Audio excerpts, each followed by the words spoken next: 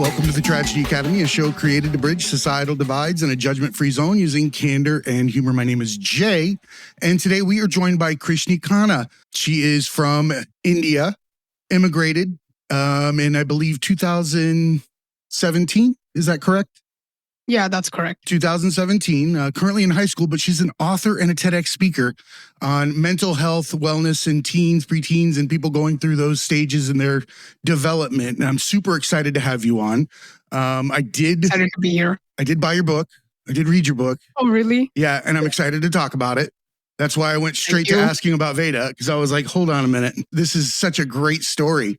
And I didn't know if you had a nickname that you were going by at any point. So amazing to have you here. Why don't you tell us a little bit about yourself? So hi, my name is Krishnni. I'm currently 16 years old, about to be 17 soon. I'm a rising senior in high school. As mentioned, I was born and raised in India for the first 10 years of my life. I immigrated to the United States when I was 10 years old. I initially lived in California for 2 years, and I've been in Texas since 7th grade. All right. Well, that's a very abridged version for what is a complicated story for a child to go through at an age of 10 years old, right? Yeah. You wrote pretty extensively in your book about what it's like to immigrate into the United States as a young child. Do you want to tell us what that feels like, knowing that you're going to be leaving where you have spent your entire life, where your roots are and your culture, and what it's like to come to the U.S.? My in-laws are both immigrants. They're from Colombia and from Italy. And it's very near and dear to our heart, you know, immigration and people being able to be accepted all over the world. And I think that there's the fact that we are a melting pot and a lot of people are coming here for opportunity. There's going to be a lot of people that this will resonate with, right? So please tell us what that was like. I moved around a bit in India itself. Like I moved schools a couple of times, but I pretty much lived in the same location. So I was around the same friends. My family was very close by, so we'd visit them every couple of months. And I was just very used to being around the same people for so long. And when my dad, we moved to the US because my dad received a job promotion. And it was heartbreaking, to say the least, because I used to be very friend and family oriented as a kid. And since I grew up with the same people, like I was so comfortable there, and we didn't know anything about the United States. Like we didn't know anybody. We didn't know what the culture was going to be like. The only way I knew anything about America was just by watching YouTube videos or watching, Disney movies. Yeah. So it was hard. I remember trying to beg my dad, to not take the job promotion so we could stay here. But the other reason was for a better education, since the American college system is good. And that was one of the other reasons why we moved. But overall, it was very difficult. I remember spending almost every day with my friends. I had to, I discontinued school during the last few months of me being in India, since there was no point, right? Since I'm going to start 5th grade. Right. It was a really hard pill to swallow. But at the same time, I was very excited to move to America because, I used to, the videos I used to see on YouTube, like Target really fascinated me because I used to watch since I was 6 or 7, I used to watch those. I don't know if you know the toy review videos. Absolutely. Review toys, or they played with toys. I'm a child, by the way. Just feel free acting like a kid, because I'm a kid. We're good. Okay. So I used to really like those videos, and I used to tell my dad to bring me some toys whenever he would travel to the US. So that was one thing I was looking forward to. And as a kid, I used to be very optimistic. So even though it was very difficult to leave my friends and family, and I spent as much time as I could with them, I was excited because, the allure of something new, toys, and all the things that you'd seen on TV. Yeah, and my dad promised that I could get a pink room, and pink used to be my favorite color. So, just these minor things that I made me feel better about moving. They're offsets, mental offsets. We do justifications in our mind, little micro movements to give ourselves comfortability in moments that we feel uncomfortable with change. So it's completely understandable that you did replace those things, mentally for the time being. I'm sure you could also say that during that time, or once you had made it there, the toys would never fill the void of friendships, culture, and anywhere near what it was like where you came from. Yeah. I actually still have a lot of the toys that I bought when I first came here because I used to go to Target almost every day when I first moved here, and they're still on my shelf. I love that, though. They have meaning to you because they brought you comfort in a time where you were in a new location, I'm sure. Yeah. I'm glad that you had parents that were able to recognize that you needed assistance through that change and gave you really good guidance. So your book, I believe, is titled I Am Not Who You See. Yeah. And I did read it. And I got to tell you, I believe that it is a very good book for people your age to read, to get an understanding for the human dynamic and reality and how we process things around us. And I would also like to say that it is important for adults to read it because it is extremely advanced in your perception of reality and how you construct what your self-worth is, right? And I say that because when I read through it, it might as well have been hitting notes in my symphony. Like you could have played different notes throughout the chords of my life and they rang exactly the same. When you moved, I could feel the pain of when I've moved. When somebody said, shut up, right? I know what that feels like because I was a loudmouth. And I know that everybody has their own version of these things. So know that you really are affecting change from the beginning, right here and now. And I think that people should read your book and should take your wisdom to heart because it'll give them a chance to see what kind of tools they have in their toolbox from the interactions that they had in their childhood that they managed. You took all of those negative interactions and you turned them into tools. Right? At an early age, they allowed you to see the fallacies and see what you were constructing yourself out of. And now you can help others with it. I give you, lots of accolades for that. And I appreciate you for doing it. Thank you.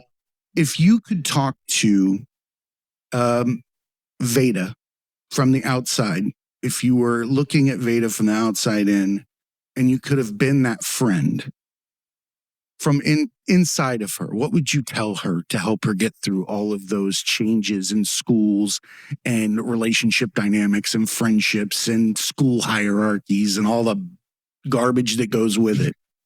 I mean, from my own experience, since Veda's story is derived from mine, I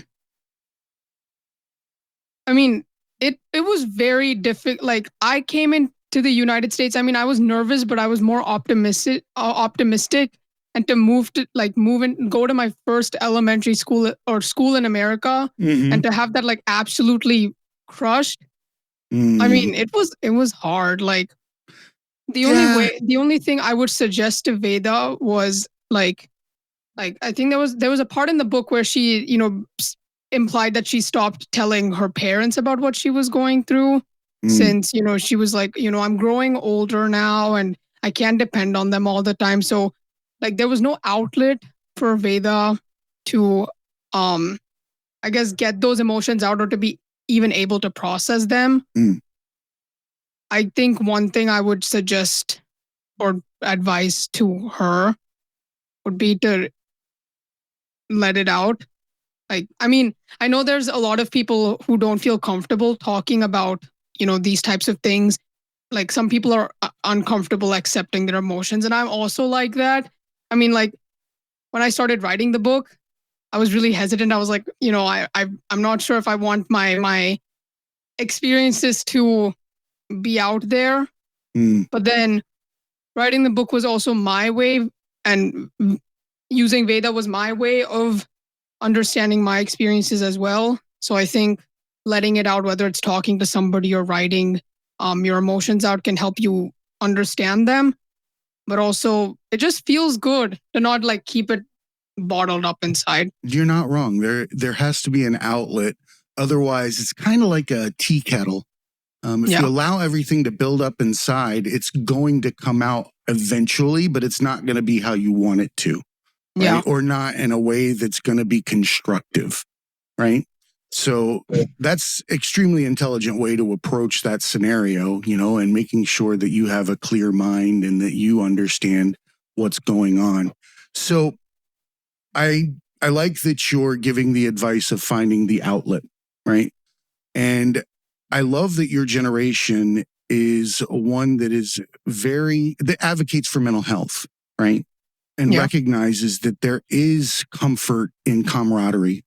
I think that there's strength in vulnerability, and it also allows people to step off of the curb that they think is a cliff, right? The moment that we tell each other how dark it seems in our mind, that's the moment we realize that everybody's in that situation because we shared.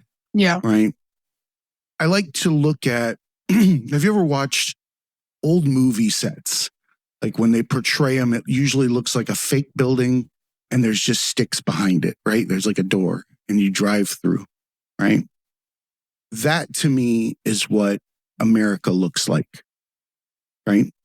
It's one way in front, but nothing behind it, right? So everybody puts a false front up of strength, or that they're in a good place, or that things are not bothering them, or that their familial structure is not strained, or whatever it might be. They walk out the front door, they say, hey, Bob, hey, Sarah, right? And then they move on with their day. But behind that door is what we're discussing, right? And giving children a voice early on is extremely important. You're wise beyond your years, right? Thank you. And from the child that was told to shut up and was shunned for being overactive and hyper and wanting to interact with people and just enjoy the human experience, that was me. And I can tell you, it's not okay to hold that stuff in until you're older and think that you're not worthy of being your true self. Right? When anybody stops your inauthenticity, it's just a question about their own and whether or not they feel that they can pull it off. They're mad because they're not doing what you're doing. You're comfortable in yourself. And I stopped talking for a long time. I stopped being who I am, right? And you've jumped that hurdle very early, right? In knowing who you are, at least at this point in time, right? So if you had spoken to yourself, you said something during your TED Talk about the things that people said being tattooed into your mind. Do you remember that? Yeah, I do. It was I think towards the beautiful metaphor and analogy. Thank you. I love it. Can you explain what you mean about taking the words of other people and tattooing them into your brain? How is that done? I mean, from my experience, like this was mainly in 6th grade. In 5th grade, I didn't really have any friends. So my classmates, I would kind of just notice them, their demeanor and their attitude towards me being like I'm smaller than them or inferior. And I would just hear things around, like overhear them mocking how I'm talking, because at the time I didn't have like the American accent. I had an Indian accent. And I was the only immigrant in the class. And then in 6th grade, I made friends, but they ended up being really not friends. They were just, toxic is the best way to put it.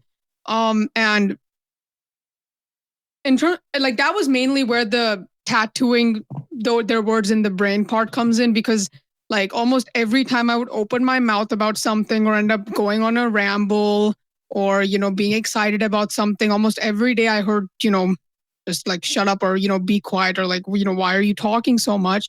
And, I used to keep telling myself that, oh, these are my friends. They're not trying to hurt me. They're just being honest. Maybe I am talking too much. But I didn't understand why, even if I kept telling myself that, it slowly started to affect me, their words. And I realized that,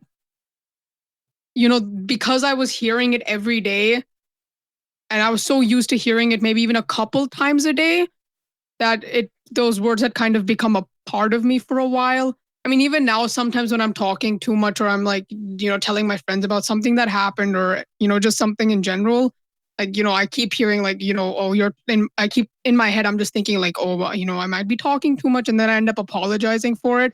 So, I mean, even after doing a TEDx, writing a book, like it's still It's there. there. I still do it every day. There are moments in time where I'm like, am I being overbearing? Am I talking too much? Yeah. Is this what they were talking about? Maybe they were right.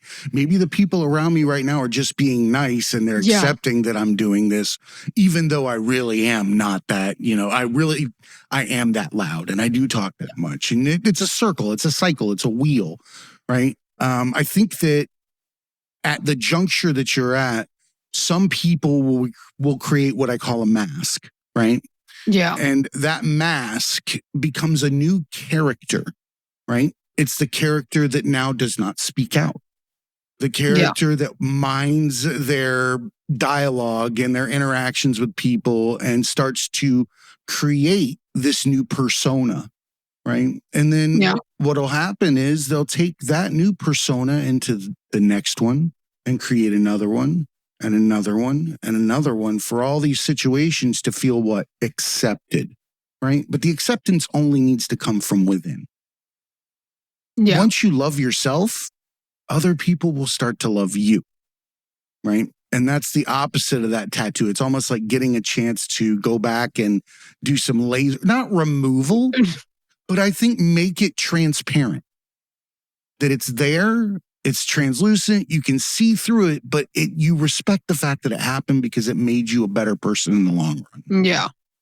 Right? So how does one find a way to recognize that their brain is being tattooed? Because that requires mindfulness, right? And self-awareness. Can you explain how that happens? I mean, for me, it took like, I think 3 years after moving. I was only able to grasp what happened after I moved because I was away from the situation itself. So I could kind of see it from the outside in a way. Mm-hmm. But like when I was in the situation itself, I wasn't able to process, why am I feeling like this? What's happening? Maybe my classmates and quote unquote friends are right. So, I mean, one thing is to look at the big picture, either by moving away from the situation and analyzing it. But I know that a lot of people don't have that. The observer role is hard to take because you become very invested in your narrative. Yeah, that. And also like not everyone has the opportunity or like some people just aren't fortunate enough to step away from their situations, maybe. It's possible. I find that a lot of times that's you're a willing participant in the ignorance in that situation. It's just out of self-preservation. The ostrich keeps its head in the sand, maybe because they don't want to be seen by other people or they just want to look the same. Yeah. Because I mean, I was fortunate enough to be able to move and see what happened, but I think if I stayed there, I think I would have still been putting up with them for probably like a long time. It was only when I moved away and I told my parents about my experiences, maybe after like 2 years, I think 8th grade, like mid-COVID, I guess. So I think that also helped me clear my head about it. And that's usually like you need some sort of clarity in order for that tattoo in your brain to start becoming translucent. Like you first have to acknowledge what happened and accept how you feel about it. And it's a hard pill to swallow. I mean, like I'm not someone who's very comfortable with feeling stuff or talking about my feelings. Even now I'll explain what happened, but I won't go too much in depth about that. But I mean, if you can't accept or like express it to other people yet, the first thing you need to do is know how you're feeling and just accept that it is what it is. Because I don't think any feeling that you have is wrong per se. You just feel how you feel to whatever degree, because everyone feels and processes stuff differently. So there's an infinite number of feelings to choose from, and the key word in that is choose. And I think that once you realize that you're a willing participant and the pain that you decide has a target when it's given to you from other people, that's the reality that you will live in, right? Yeah. Let's take a look at the future, right? You've now figured out that you want to be a mathematician. I mean, psychologist. I'm joking. I know you were like, wait, I know that you're not a fan of math. Neither is Veda. What's that?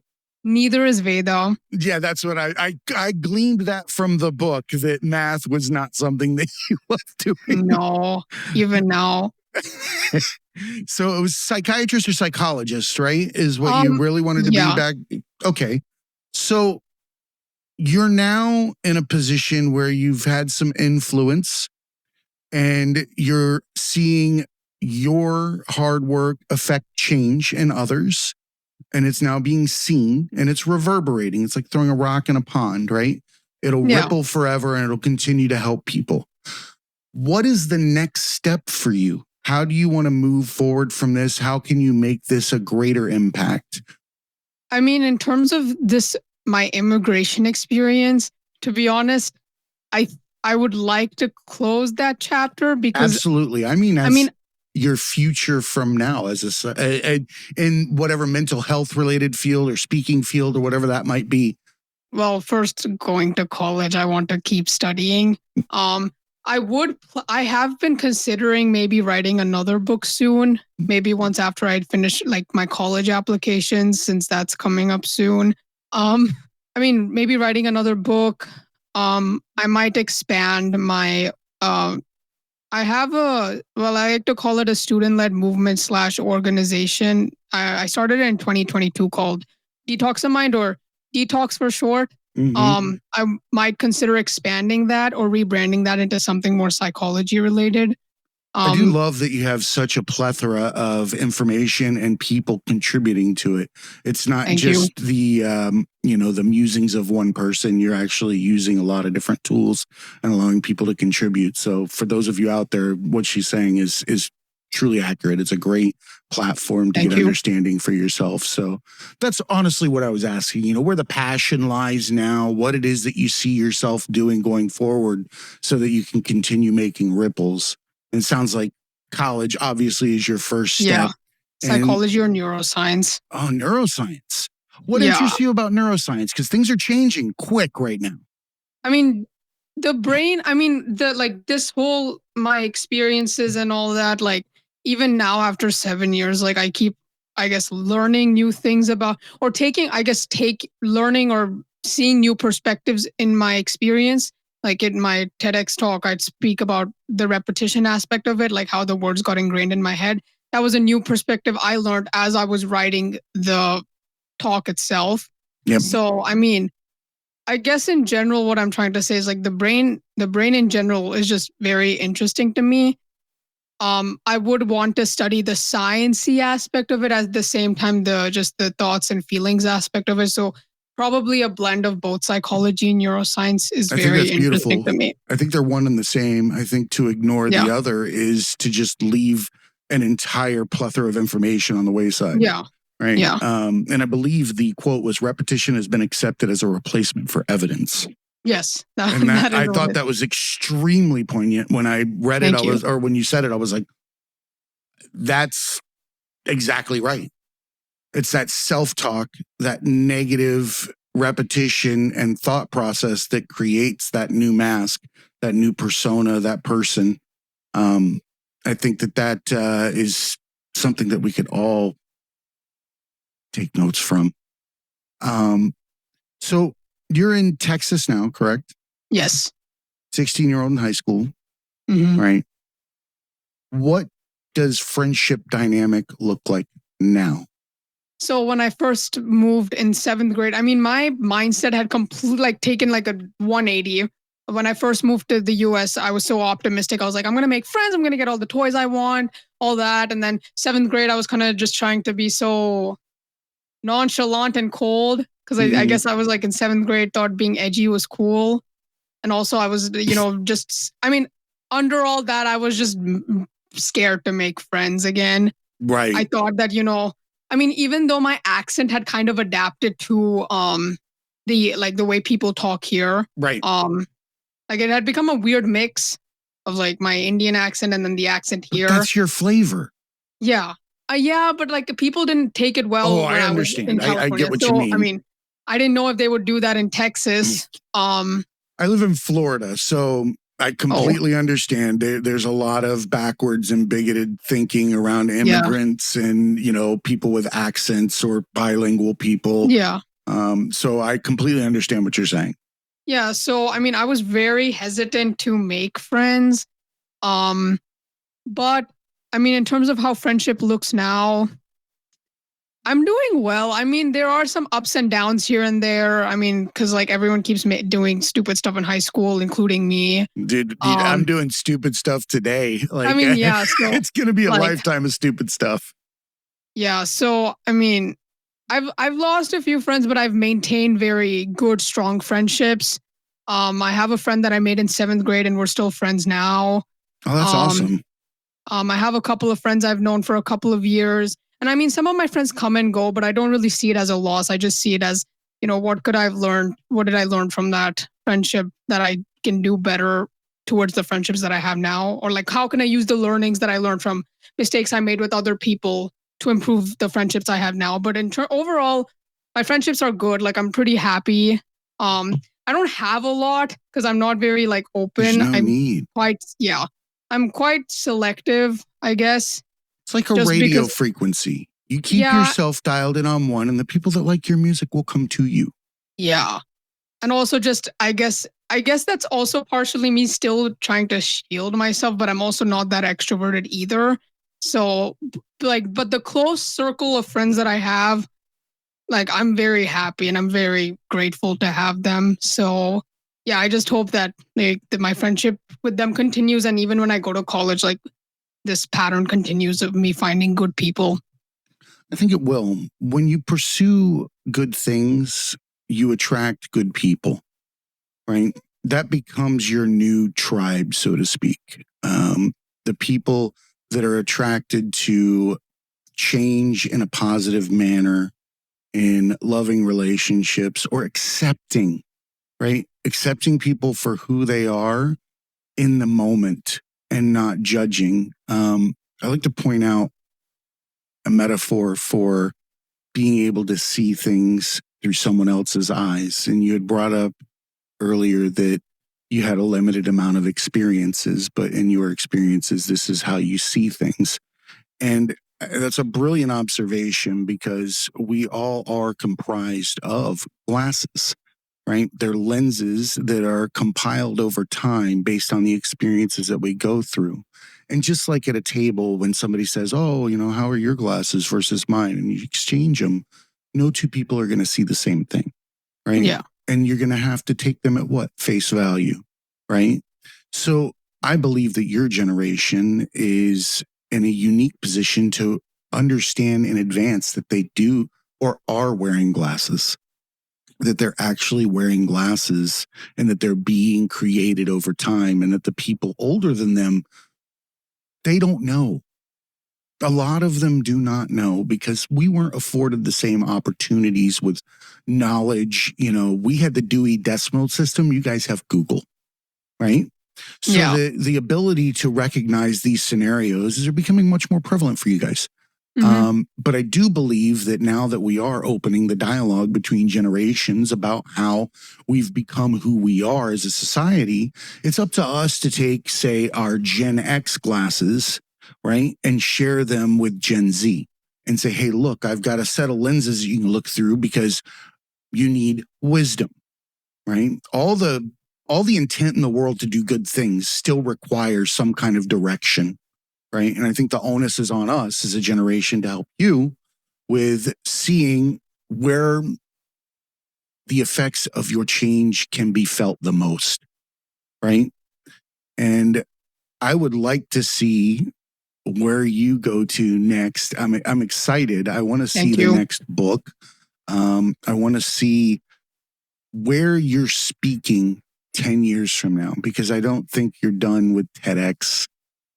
I think you've got a lot of things going. I've been doing competitive speech, like since 5th grade, I think. And I like in India, I used to be in theater and choir, and I used to love that. do all that on stage. So, I mean, well, you like to sing too. I actually, like, I think one of the experiences in the book Veda was like singing on stage in front of I haven't sung since that happened. Like in my life, You need something to. similar. I'm going to explain to you what happens.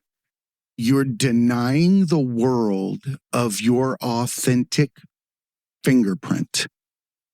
Everybody deserves to hear you, right?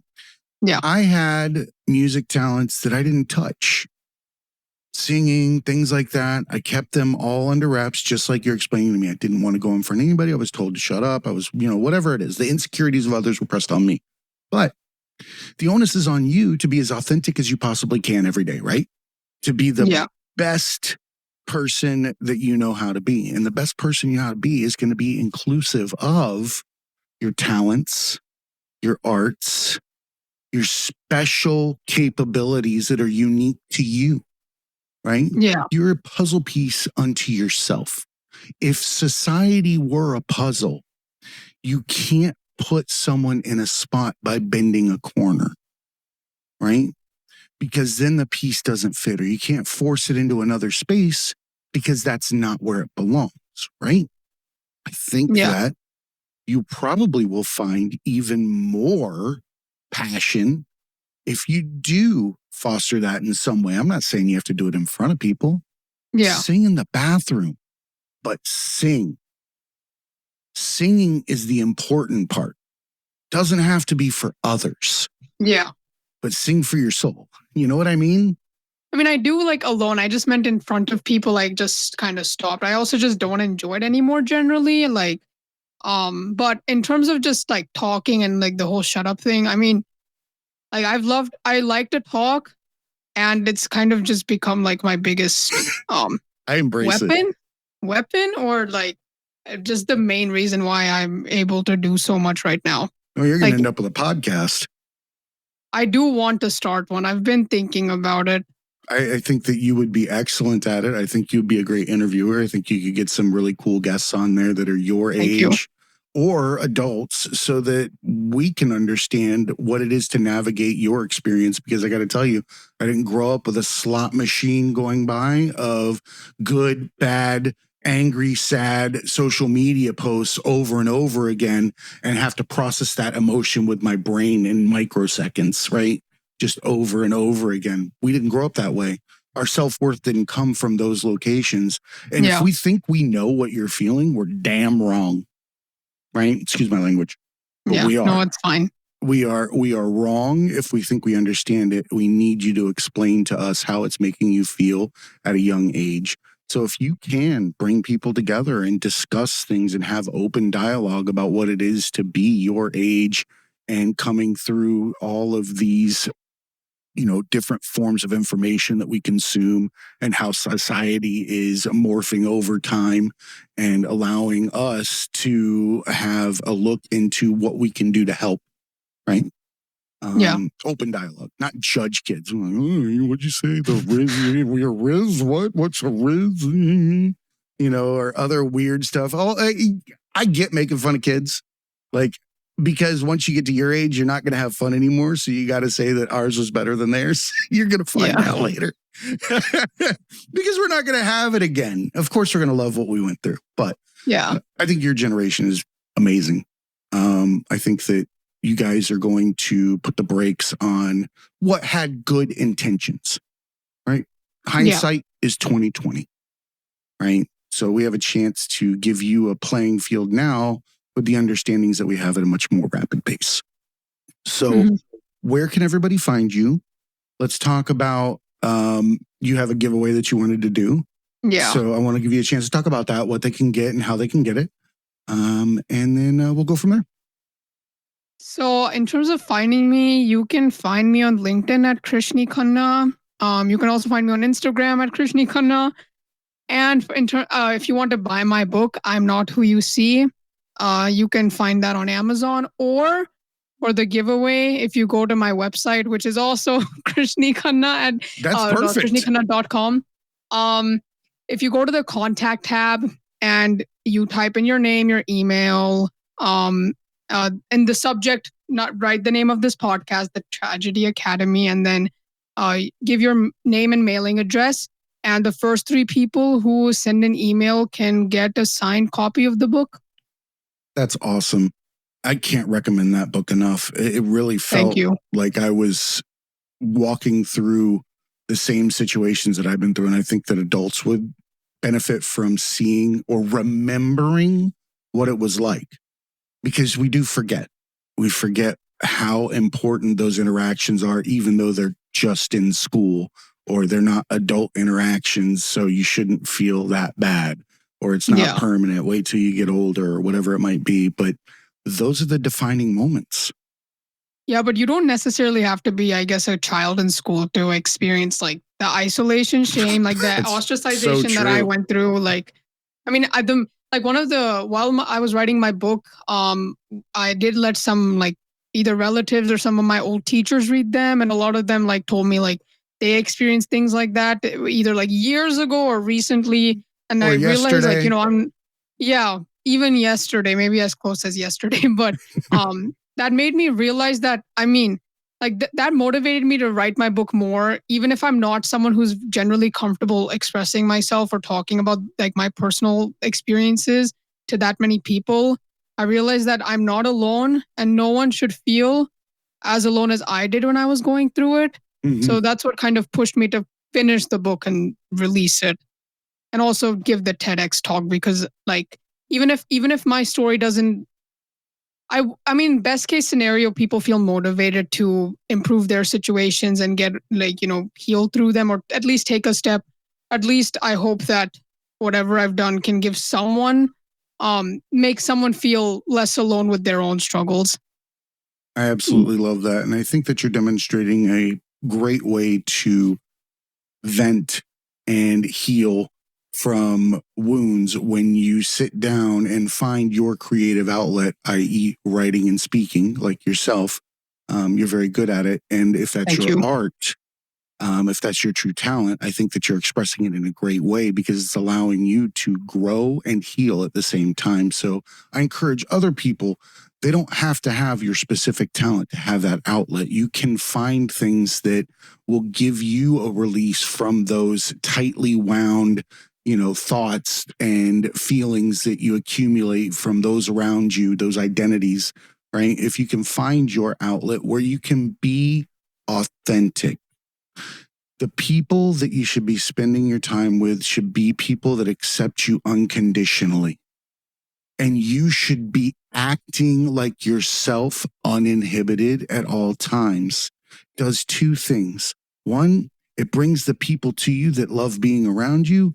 2, it filters out the people you don't want around. It's not a matter of being liked or disliked by other people. It's a matter of knowing whether they're worth wasting the time on at this point in life. They may be a different person later, right? But in that moment, you don't have to engage. You can pick and choose based on who you're being in that moment. I want to thank you.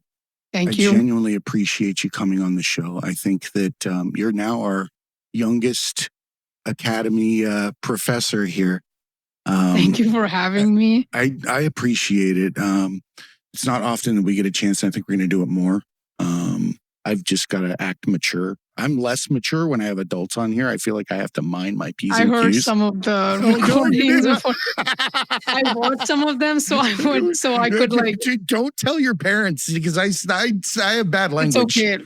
I'm kind of used to hearing like worse in school and saying worse in school. I get it. And I think that it kind of comes down to intent, right? If you're using those words to take the power away from things that are societally structured, I like to make things that are supposed to be professional or super important, I like to take the power away from them by making them nonsensical and open to discussion. People put reverence. I do that. I try to poke. I poke fun at like stuff that happens to me just because it's easier. Like even when most of the time, like I'm talking about these things and I'm so serious, like in my mind, I'm like, because everybody else does.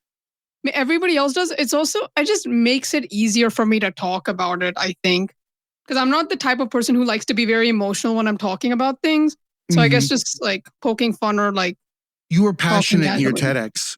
You could Yeah, I see know, the but like moments. the emotion was like, it was all like, I've done speech for so long. It's kind of just a habit that when I'm talking about happy things, I seem super happy. When I'm talking about very painful stuff, I seem super painful. But like if I was just casually talking, I would not have been like borderline on tears. It's kind of just on command. Certain Yeah. amount of voice acting. Right? Yeah. You have to, though, to convey your message. And sadly enough, there's going to be times where it's hard to convey that message because we don't feel Yeah. like conveying it. We feel Yeah. like garbage. We're like, no, I don't even believe myself today. Right? I don't feel Yeah. like doing this, but I'm going to get up here. And then the beauty of repeating things that are good Yeah. or that are affecting change is that if you do it over and over again, you get to feel the benefits from it. Because I'm Yeah. sure even if you went into speech today and you had to give that speech, you would probably not feel like doing it because you've done it so many times or for whatever Yeah. reason.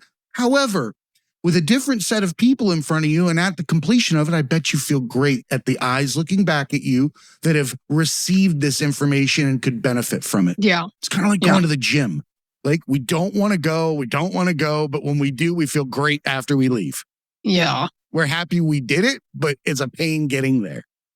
Yeah. I think starting is usually the hardest part or getting started. But I think even with like healing from things or just like even as simple as like a school assignment, like starting's difficult.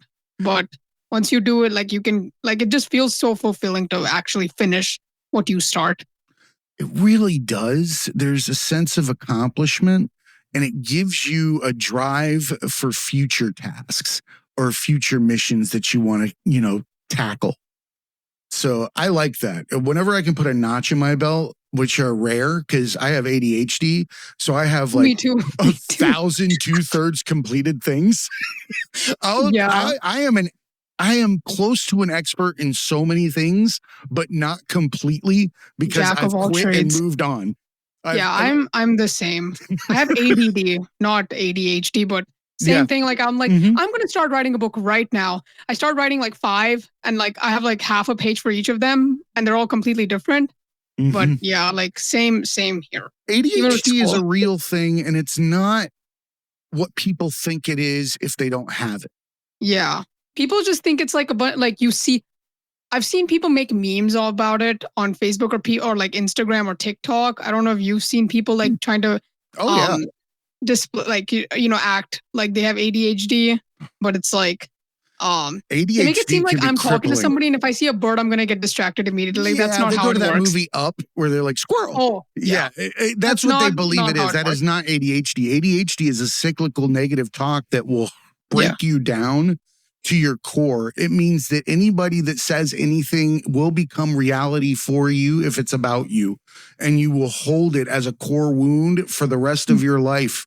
Right? Yeah. It's a horrifying and debilitating thing to have to go through.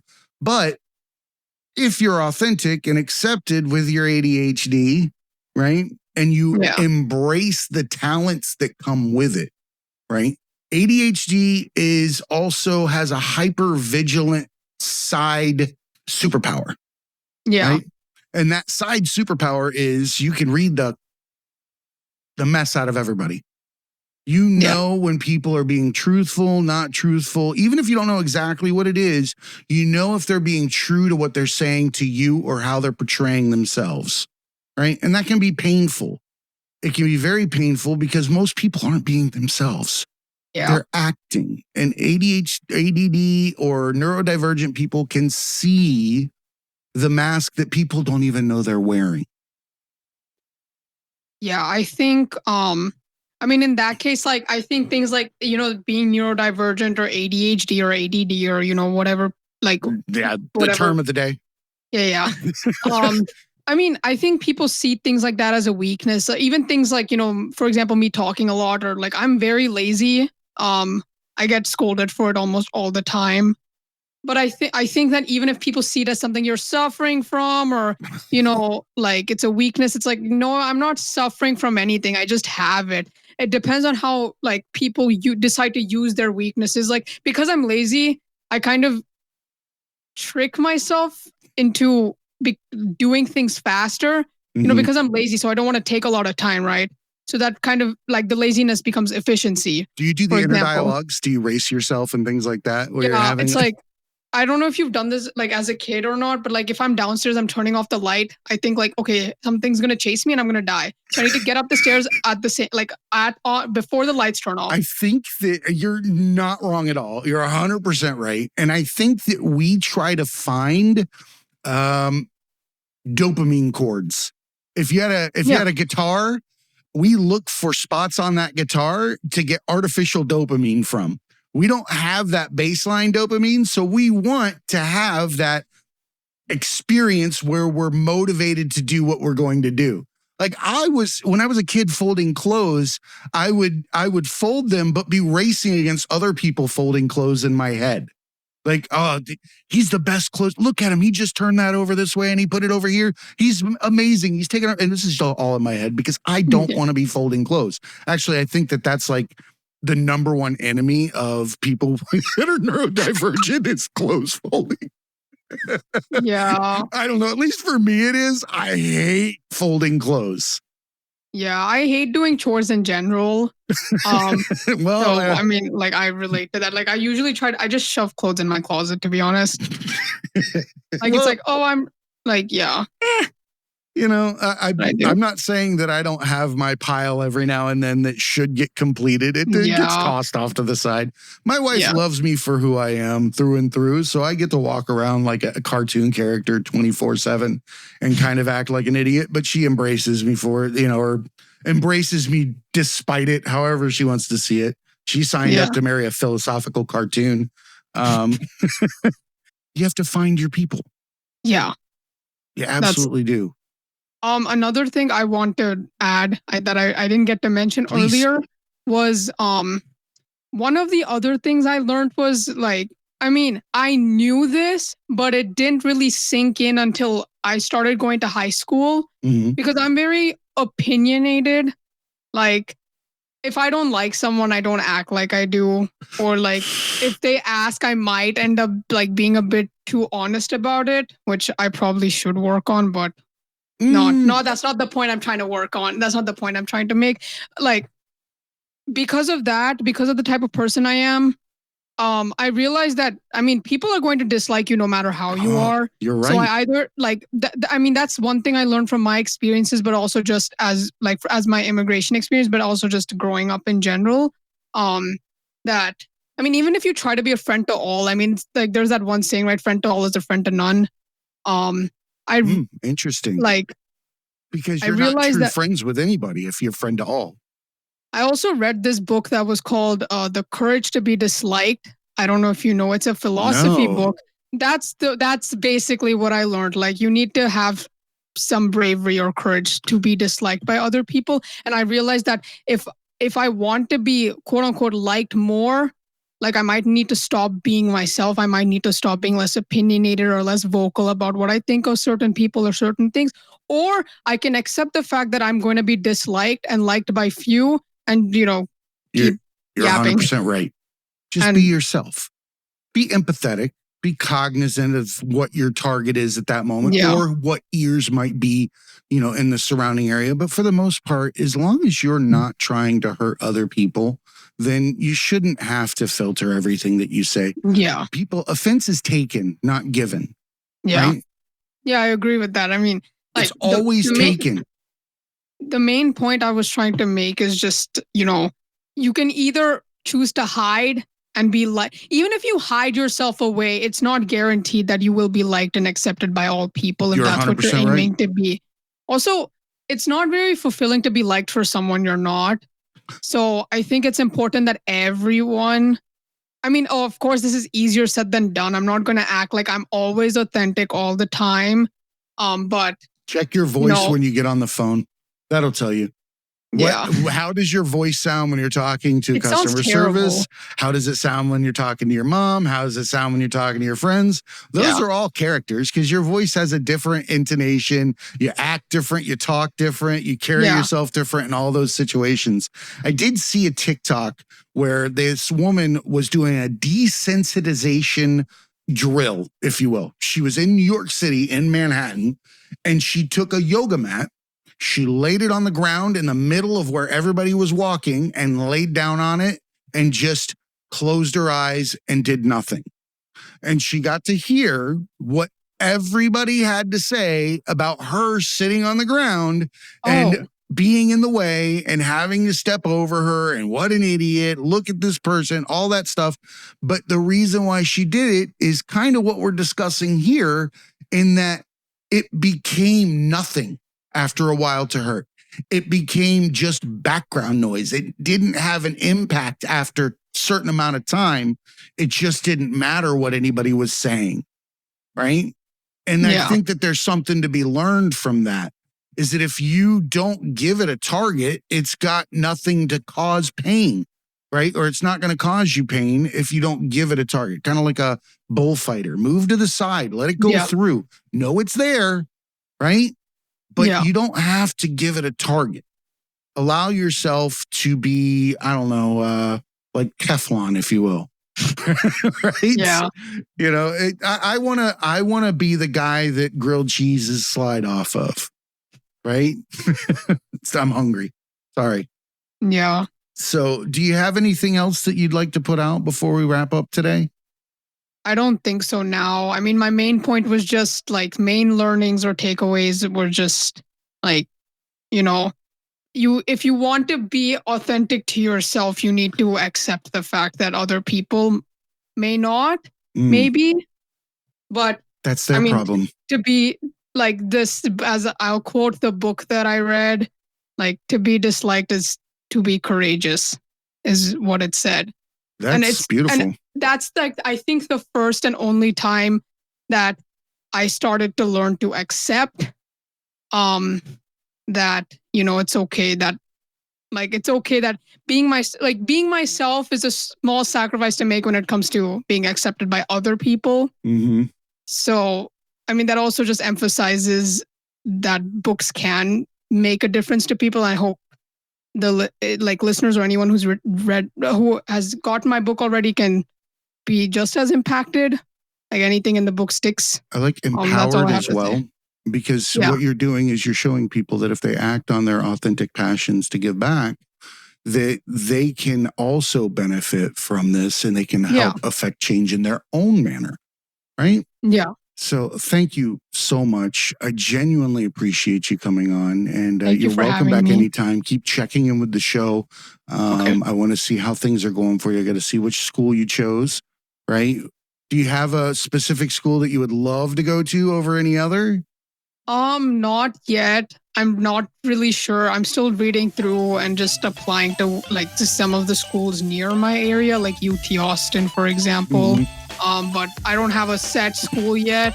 Okay. Whatever, I guess. I just hope I get into a college that will, you know, just be good for me in terms of academics and my social life, but I don't have a set one yet. Okay. Well, I hope you get the one that best fulfills your needs. Thank you. That's the best thing you can hope for, right? Yeah. Again, I appreciate you. And remember, everybody, be cool and keep learning.